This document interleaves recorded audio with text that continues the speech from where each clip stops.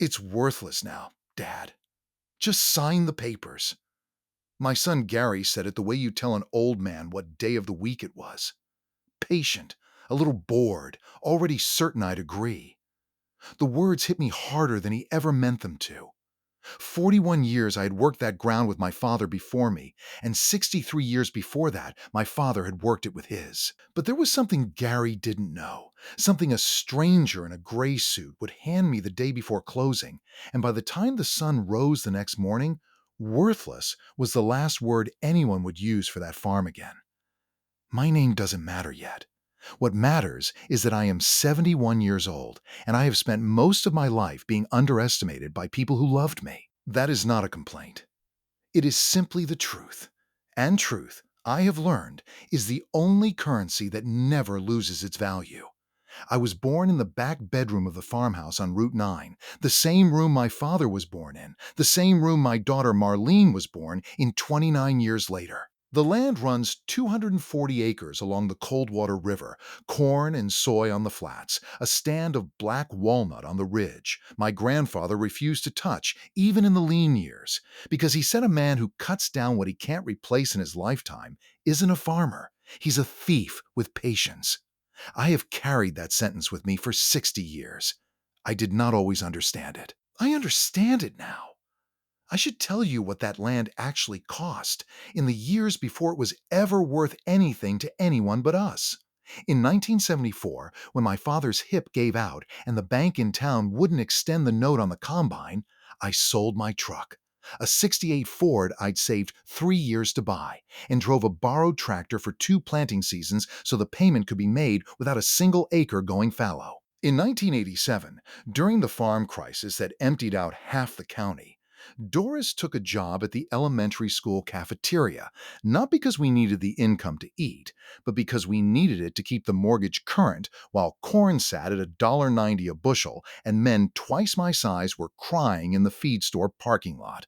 I remember standing in that parking lot myself, watching Ed Kowalski, who'd farmed 600 acres 2 miles east of us since before I was born, sign the papers that handed his family's land to the bank, and I remember driving home and telling Doris that whatever happened, whatever it cost us, that farm was not going to be one more name on that list. It never was. I paid off the last note in 1996, the year Gary turned 9, and I remember the two of us walking the property line together that spring, my hand on his small shoulder, telling him that everything he could see in either direction, all the way to the tree line, belonged to no bank and no man but us, and that it would belong to him and his children after him if he wanted it. He was 9 years old. He nodded like he understood. Children nod at a great many things they don't yet understand, and it is only much later, if you're lucky, that you find out whether the understanding ever actually arrived. My wife Doris and I raised 2 children on that land. Gary, who left for the city the day after his 18th birthday and never once looked back with anything but a kind of embarrassed tolerance, and Marlene, who married a good man named Peter and moved 4 hours north but still calls me every Sunday at 6 o'clock, rain or shine, has for 11 years. Doris passed on a February morning 9 years ago in the same bedroom where she'd given birth to both of them. I buried her under the walnut trees because that's where she asked to be, and I have not missed a single sunset from that porch since because some part of me still believes she's watching them with me. I tell you all this not to make you feel sorry for an old man. I tell you this because you need to understand what that land actually was before I explain what almost happened to it and why, in the end, it didn't. For the last 6 years, farming has gotten harder than my body can carry. My knees are two artificial joints held together with titanium and stubbornness. My hands shake in the cold mornings now in a way they didn't used to. I leased out most of the row crop acreage to a younger farmer named Curtis Bell 3 years back, kept only the house, the barn, and 40 acres around it for myself. A garden, some chickens, an old horse named Biscuit, who was older than my grandchildren and twice as opinionated. I was not going broke. I was not desperate. I want that understood clearly, because desperation is what Gary needed people to believe, and desperation was the one thing I never actually felt. The pattern started small enough that I nearly missed it, which I suppose is how every good con starts. It began with phone calls that came a little too often, a little too warm. "Dad, how are you feeling? You sound tired." Gary had not called me twice in 1 month in 3 years, and suddenly he was calling every Tuesday and every Friday. Always circling, always gentle, always landing on the same question dressed in different clothes. "Have you thought about what happens to the farm when you can't manage it anymore? Have you talked to a realtor? Wouldn't it be smart to sell now while the market's good instead of leaving Marlene and me to deal with it later?" Then came the visits. Gary and his wife Denise drove down from the city 3 times in 2 months, more than they had in the previous 2 years combined. Always with groceries I hadn't asked for, always with a folder of just something to look at. No pressure, Dad. Always with numbers already filled in. Denise, I should say, is not an unkind woman by nature. She is, I think, a woman who married ambition and has spent 15 years mistaking it for love. She has a way of touching your arm when she says something untrue, as if the gesture could do the convincing her words couldn't. The number in that folder was $410,000. For 240 acres of river bottom farmland with mineral rights, a 4-bedroom farmhouse, 2 barns, and frontage on a state highway. I did not need to be a real estate agent to know that number was an insult wearing a suit. "It's a fair number, Dad," Gary said that evening, sliding the folder across the kitchen table the way a man slides a contract he doesn't want examined too closely. "More than fair. Land like this, way out here, off the main corridor. Buyers aren't exactly lining up." "Funny," I said. "Your Uncle Ray sold his 110 acres 2 counties over for near 6,000 an acre last spring, and his ground doesn't touch a river or a highway." Gary's smile didn't move, but something behind his eyes did. "That's a different market, Dad. Different county, different zoning. You can't compare them." I let it go that night, the way you let a fish go when you already know exactly where it's going to swim. I said I'd think about it. That's what you say to buy yourself room. And God knows 60 years of marriage and 40 years of farming had taught me the value of buying yourself room before you say no to your own blood. But I started watching. Watching is a skill old men are given plenty of time to sharpen, and people forget that a quiet man in a rocking chair still has 2 working eyes. I noticed that Gary always steered conversations away from Curtis Bell, the man leasing my row crops, and toward the market, a phrase he used like he'd swallowed a real estate brochure. I noticed Denise's father, a man named Roland Fitch, who'd spent 30 years in county land development, started showing up in the background of things. A name mentioned once at Thanksgiving. A car I didn't recognize parked at the end of my lane one October afternoon while I was out checking the coop, gone by the time I came back around. I noticed that every time I brought up getting my own appraisal done, Gary found a reason it wasn't necessary. "Dad, I already had it looked at. That's a fair number. You don't want to pay some stranger $400 just to hear the same thing. $400. As if that was the number that should have worried me." I noticed, too, the small things that only a man who has spent 71 years reading weather and people can notice. The way Denise's eyes moved to the eastern flats every single time she stood on my porch, never to the house, never to the barn, always east, toward the very acres Frank would later tell me sat inside the interchange boundary. The way Gary started asking, almost in passing, whether I still had the original deed and survey documents, just in case we need them for the paperwork. The way a moving truck company called my house one Tuesday afternoon asking to confirm an appointment for the Hensley relocation, an appointment I had never scheduled, for a date 3 weeks before the closing I hadn't yet agreed to. I did not confront anyone about the moving truck. I wrote the date down on the calendar in the kitchen next to Doris's birthday, which I still mark every year, and I kept it there like a splinter I intended to dig out eventually once I understood the whole shape of the wound. There was a Sunday in late August I think about often now. Gary drove down alone, without Denise, and sat with me on the porch while I shelled beans, and for almost an hour we talked about nothing. The Reds' pitching staff, a fence post that had rotted through on the north line, whether Biscuit's hip was getting worse. It was, for that hour, almost like it used to be, before the folders and the phone calls and the moving trucks. And then, as he was leaving, standing by his car with one hand on the door, he said it, almost gently, almost like an afterthought. You know, Dad, it really would be worthless once you're gone anyway. Marlene doesn't want it. She's got her own place up north. I don't want to see you spend your last years worrying about a farm nobody in this family is even going to keep. Worthless. There was that word again, dressed up now in the clothes of concern instead of economics, which somehow made it land heavier, not lighter. I stood on that porch and watched his taillights disappear down the lane, and I understood, finally and completely, that I was not dealing with a man who had simply misjudged a piece of land. I was dealing with a man who needed me to believe it was worthless, because the moment I believed him, I would sign. And the moment I signed, the truth would no longer matter to anyone but me. The night I decided to act, I was sitting on the porch with Biscuit's stall light glowing across the yard, and I thought about my father, who used to say that a man who won't ask a hard question is usually a man who's afraid of the answer. I had spent 2 months not asking the hard question.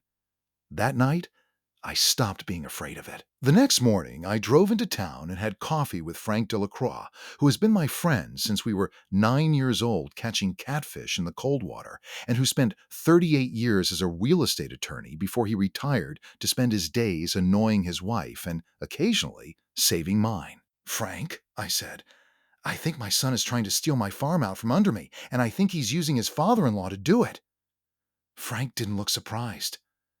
"That should have told me something right there. Walter," he said, stirring his coffee slow, the way he does when he's deciding how much truth a man can take before 10 in the morning. "Roland Fitch has been sniffing around county zoning meetings for the better part of a year. There's a proposal on the table. Hasn't gone public yet, might not for another 8, 9 months, to run the new Route 9 highway interchange straight through the Eastern Flats. Your Eastern Flats, Walter. The ones nobody's supposed to know about yet." I sat very still. How still is not a phrase people use enough. There is a stillness that comes from shock, and there is a stillness that comes from understanding, finally, completely, all at once, and they feel almost the same in the body, but they are not the same at all. "If that interchange goes through," Frank continued, "your 240 acres isn't worth $410,000, Walter. It's worth closer to $3 million. Maybe more, depending on how the commercial zoning shakes out around it. And anybody who bought it for 410 before that announcement goes public would be sitting on the deal of a lifetime." "Anybody like Roland Fitch," I said. "Anybody like Roland Fitch," Frank agreed. "Buying it through a shell, most likely, so it doesn't trace back with his name on the deed, and it doesn't trace back with your son's fingerprints on it either. Then flipping it or holding it once the announcement goes public and the value triples overnight. I want you to sit with that for a moment, the way I had to sit with it on Frank's porch that morning, coffee going cold in my hands. My son.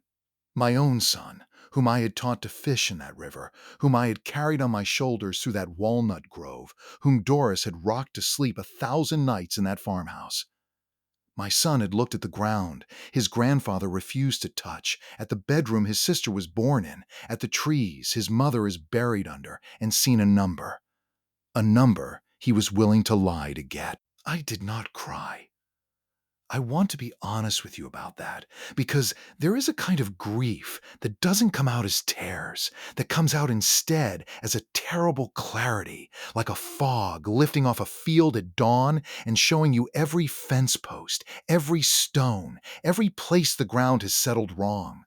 That clarity settled over me on Frank's porch, and it did not leave me for the rest of this story. Frank leaned back in his chair, the porch boards creaking under him, the way they'd creaked under both of us since we were boys who thought 30 was old. "You want to know the part that gets me, Walter?" he said. "It's not even that they're greedy. Greed I could almost forgive. Everybody wants more than they have. That's just being human. It's that they were willing to let you believe your father's farm was worthless while they were quietly betting $3 million that it wasn't. That's not greed, old friend. That's contempt. And contempt is a different animal entirely. I thought about that word for a long time. Contempt. Turning it over the way you turn over a stone in a field to see what's living underneath it. Doris used to say that the cruelest thing one person can do to another isn't hatred, because hatred at least takes you seriously enough to fight you. It's the quiet assumption that you're too slow, too old, too trusting to ever notice what's being done to you in plain sight. That was what Gary and Denise had assumed about me. And sitting there on Frank's porch, I felt something harden in my chest that had nothing to do with anger and everything to do with resolve. "What do you want to do?" Frank asked me, and it wasn't really a question. Frank has known me 60 years. He was asking because he already knew, and he wanted to hear me say it. "I want to find out everything," I said, quietly. "And then I want to make sure that whatever they're planning, it doesn't work. Not out of spite, Frank. I don't want to destroy my son. I want to protect what my father built, and I want my son to understand once and for all exactly who his father is." Frank nodded slowly. "Then, let's get to work." The plan we built over the following weeks had 3 stages, and each one taught me something about patience. I thought I'd already learned from 40 years of farming, where you plant a seed and then you wait, because no amount of wanting changes the growing season. Stage 1 was documentation. Frank quietly pulled the county zoning meeting minutes. Public record, technically, though buried deep enough that a man would need to know exactly what he was looking for. There it was, in language so dry it was almost designed to be skipped over. A feasibility study for a Route 9 interchange expansion, Eastern Corridor, with a preliminary boundary map that traced unmistakably along the eastern edge of my property line. Dated 11 months back. Marked for public release pending further review, which Frank told me was county speak for whenever it's convenient for somebody. There is a particular kind of loneliness in stage 1 that I hadn't expected. Reading those zoning minutes at Frank's kitchen table, watching the language of my own life reduced to phrases like Eastern Corridor feasibility and preliminary boundary assessment, I felt something close to grief for a farm that hadn't even changed yet. Grief for the version of this story where my son simply came to me, sat at my table, and said, "Dad, I found something big. Let's figure it out together." That version of the story was always available to him. He chose a different one, and no amount of zoning documentation was ever going to hand me back the version I'd have preferred. Stage 2 was tracing the buyer. The 410 offer had come through a company called Coldwater Ridge Holdings LLC, which sounded, Denise had assured me, like just an investment group. Dad, nothing to worry about. Frank knew a woman at the county clerk's office, retired now but not forgetful, who helped him pull the LLC filing. Registered agent, a law office, 2 towns over. Managing member, buried 3 layers down in a filing amendment from 4 months prior. Roland Fitch. I remember sitting with that page in front of me. Fitch's name printed in the same flat government font as everything else on it, and feeling almost nothing at first, the way you feel almost nothing in the first second after cutting yourself before the nerve endings catch up to what the eyes already know. Roland Fitch had shaken my hand at Marlene's wedding. He had sat 2 seats down from me at Thanksgiving 3 years running, telling stories about county council meetings that I now understood, retroactively, to have been reconnaissance dressed up as small talk. I thought of every polite nod I had given that man across a dinner table, and I understood that politeness, too, is a kind of currency, and I had been spending mine on a man who was quietly pricing my land behind my back the entire time. Stage 3, the hardest one, was patience. I had to keep smiling at Sunday dinners. I had to keep saying, "I'm thinking about it," to Gary on the phone. I had to sit across from my own son and watch him try to gently, lovingly, urgently talk his father out of the only inheritance he had left to give his grandchildren, all while knowing exactly what he was doing and exactly what it would make him if he succeeded. Patience, at 71, is not the same muscle it was at 30. At 30, I could wait out a drought, wait out a bad note at the bank, wait out a long labor with Doris gripping my hand so hard I had bruises for a week after Marlene was born.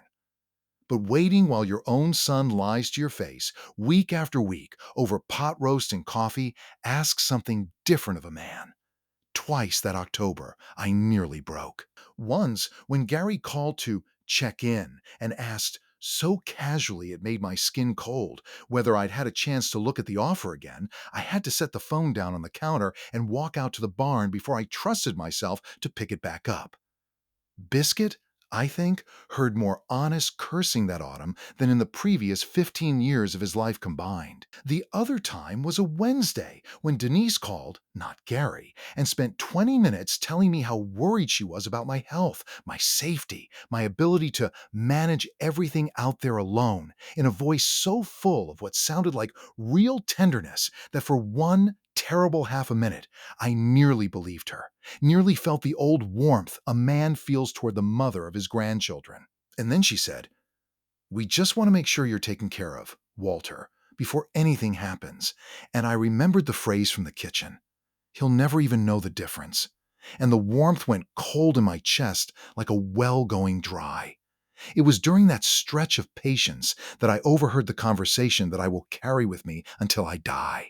I had come up to the house from the barn one Saturday evening in September, quiet in my work boots, the way 60 years of farming teaches a man to walk without meaning to, and I heard Gary's voice through the screen door, low, and Denise answering him, lower still, in the kitchen where Doris used to make Sunday gravy.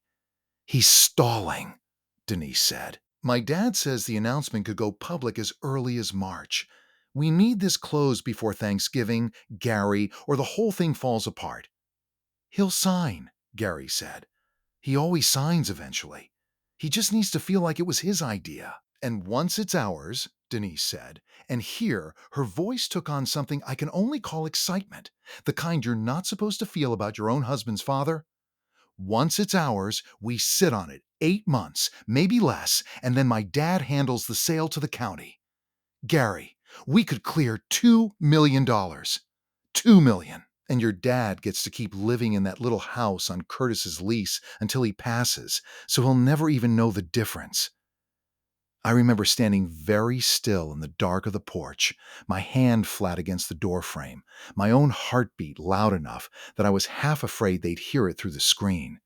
He'll never even know the difference.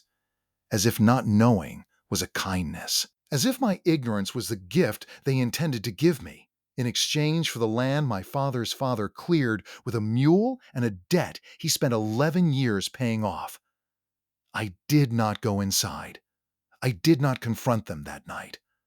A lesser man, a younger man, might have thrown that door open and let 60 years of hurt come pouring out in the kitchen where his wife used to cook. But I have learned something in 71 years that I want to pass on to you now, whoever you are, listening to this in your car or your kitchen, or lying awake at 2 in the morning the way I know some of you are.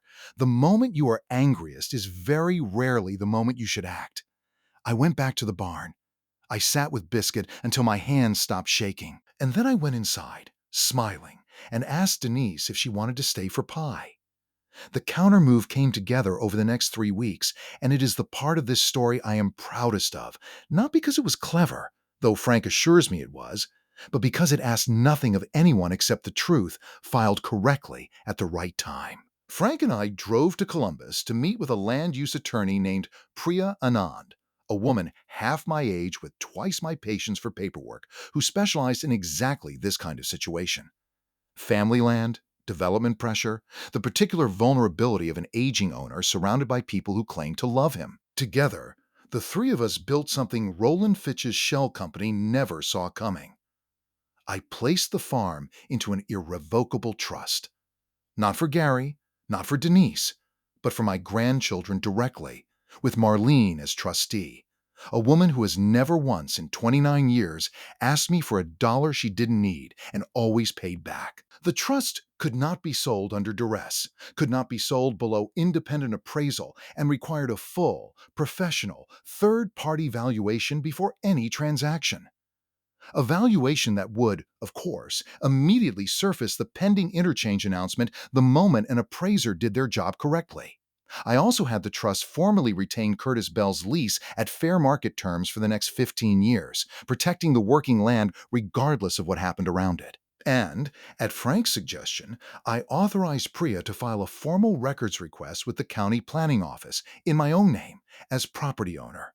A request that, under the state's public disclosure statute, forced the interchange feasibility study into full public release within 30 days. That last piece was the one that mattered most. I was not going to sell my land to my son's father-in-law for $410,000 while he sat on knowledge that made it worth $3 million. But I was also not going to let that knowledge stay hidden and let some other family, some other trusting old man 3 farms over, get caught the same way I nearly had. Truth, once it is public, cannot be weaponized in the dark anymore. That was the whole point. While Priya's filing worked its way through the county, I found the second thing, the one I hadn't gone looking for at all. You'll remember the man in the gray suit. I had almost let him slip out of this story because for a while, in the middle of everything with Gary, I nearly forgot he existed. He came up my lane on a Thursday afternoon in early October, driving a car too clean for our roads, and introduced himself as Elliot Marsh, an estate researcher working on behalf of a historical preservation society 2 counties over. He said my father, Walter Hensley Sr. I am a junior, in case that wasn't clear, though nobody's called me that since Doris died. Had been part of a small network of farmers during the Depression who quietly banked their savings in gold and silver coin rather than trust the banks that were failing all around them, burying strong boxes on their own land rather than losing everything the way half the county did in '33. I told him that was folklore, the kind every old farm family tells itself, and I'd never seen a shred of proof of it in 71 years. He handed me a hand-drawn map, copied from county archive records his society had been cataloging. Apparently, my father, before he died, had filed a description of the Walnut Ridge with a local historical society back in 1962 as part of an oral history project, never expecting anyone to take it seriously. Certainly never expecting his own son to be handed it 60-some years later by a stranger in a suit. "Did your father ever tell you what's buried here?" Elliot Marsh asked me, and I told him no. My father never told me anything of the kind, and I thought the whole business sounded like something out of a paperback novel. I want to tell you honestly that I almost sent Elliot Marsh away without a second thought. 71 years teaches a man to be suspicious of strangers who arrive at exactly the moment his life is falling apart, bearing exactly the kind of story that sounds too good, too timed, too neat. I asked him for identification. I asked him for the name of his historical society, and I called the number on his card from my own kitchen phone, not his. And a woman answered on the second ring and confirmed, yes, Elliot Marsh was a researcher with them. Yes, they had been cataloging Depression-era oral histories from 6 counties for the better part of 4 years. Yes, a Walter Hensley Sr. had given testimony in 1962 as part of that project. Only after that phone call did I let him hand me the map, and only after he'd driven back down my lane did I let myself believe there might be something real folded up in that old paper. I did not sleep much that night. I sat at the kitchen table with that map spread out under the lamp, tracing the lines with my finger, matching the crude drawing against the ridge I had walked 10,000 times in my life until close to 2 in the morning when I finally saw it. A marking, faint, almost worn away, 20 paces east of the 3rd walnut tree from the fence line, the same tree under which my wife is buried. The same tree my grandfather refused to cut down because a man who destroys what he cannot replace is a thief with patience. The next morning, I took a shovel up that ridge myself, my knees screaming the whole way, and 40 minutes into digging, alone, in the cold October light, my shovel struck metal. It was not a fortune in the way the movies would have you believe. It was a rusted strongbox, and inside it, wrapped in oilcloth that had somehow held against 60 years of Ohio winters, were 140 gold and silver coins. mostly $20 double eagles and Morgan dollars, along with a letter in my father's handwriting dated 1961 that I will not read to you in full because some things are only for a son to hear. But I will tell you what the last line said because I think about it every single day now. Whatever this land is worth to other men, son, it was never for sale. It was only ever for keeping.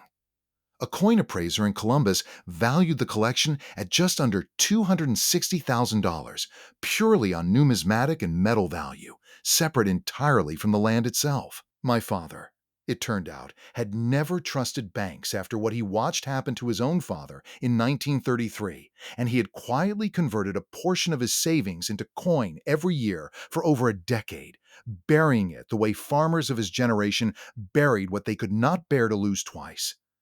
I did not need that money. I want to be clear about that, because greed was never the engine of what came next.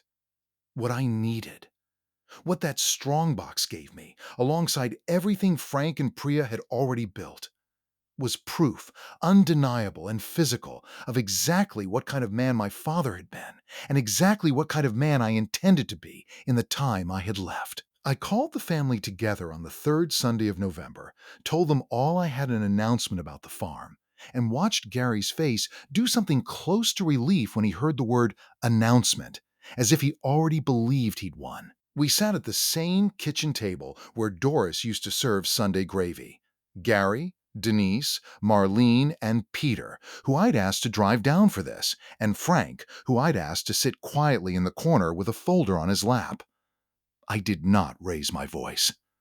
I want that understood. Everything that happened in that kitchen, I said calmly, because dignity was never something I was willing to trade for satisfaction, no matter how badly, in some small, tired corner of my heart, I wanted to.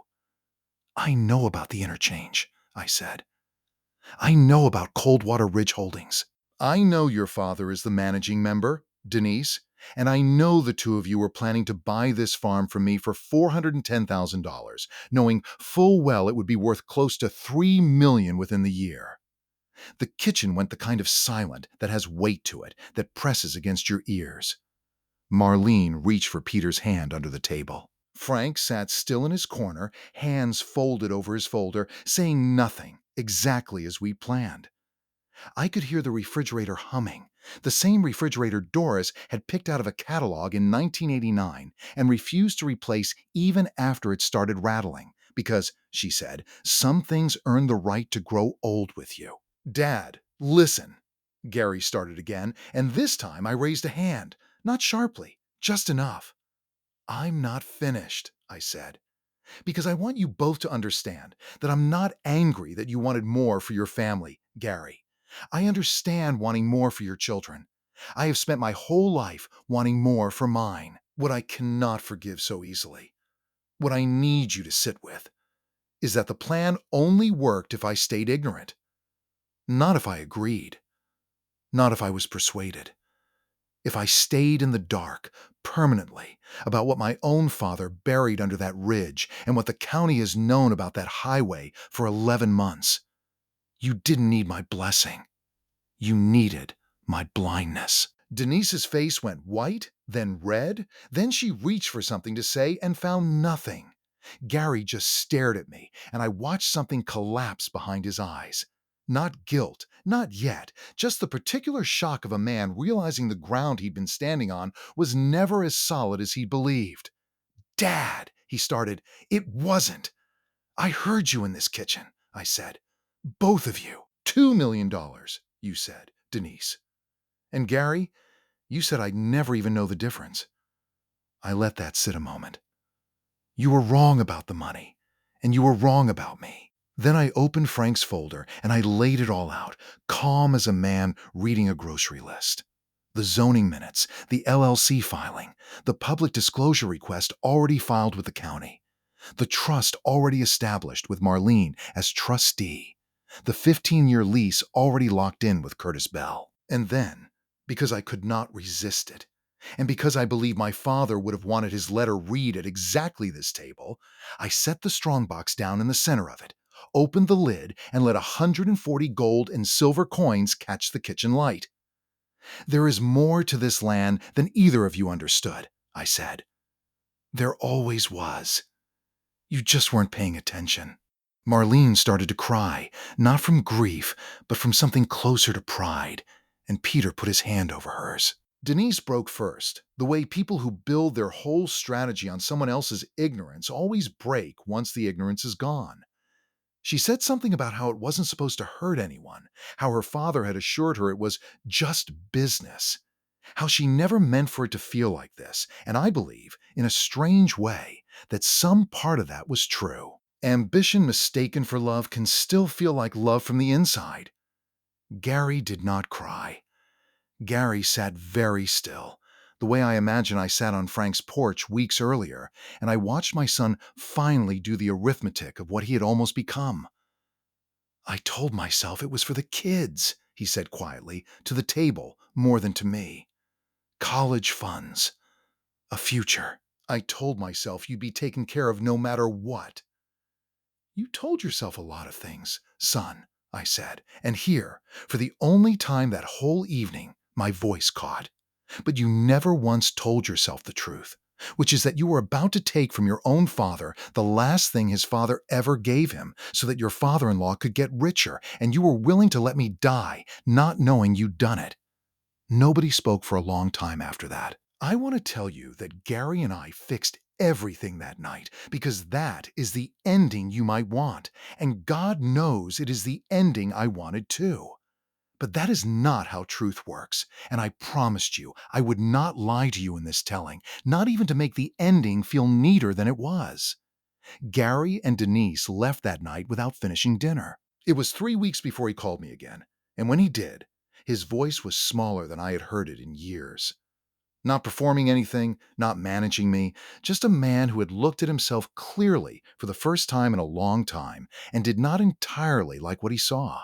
He asked if he could come down, alone, without Denise, and sit with me on the porch the way we used to when he was a boy small enough to still think his father knew everything.